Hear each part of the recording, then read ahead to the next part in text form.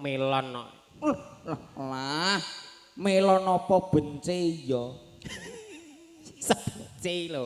Ngaturaken wilujeng siang Mas Meo. Siang, Nduk, Cahayu. Jan alhamdulillah. Dugi mriki wau jam pinten jenengan? Aku nggih. tertib kok Nduk jug jam 8 ka aku wis. Lah. Jam 8 rong enek wong wing blas kok.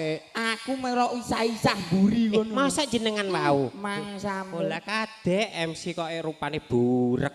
Wong ngene wedakan ngono lho.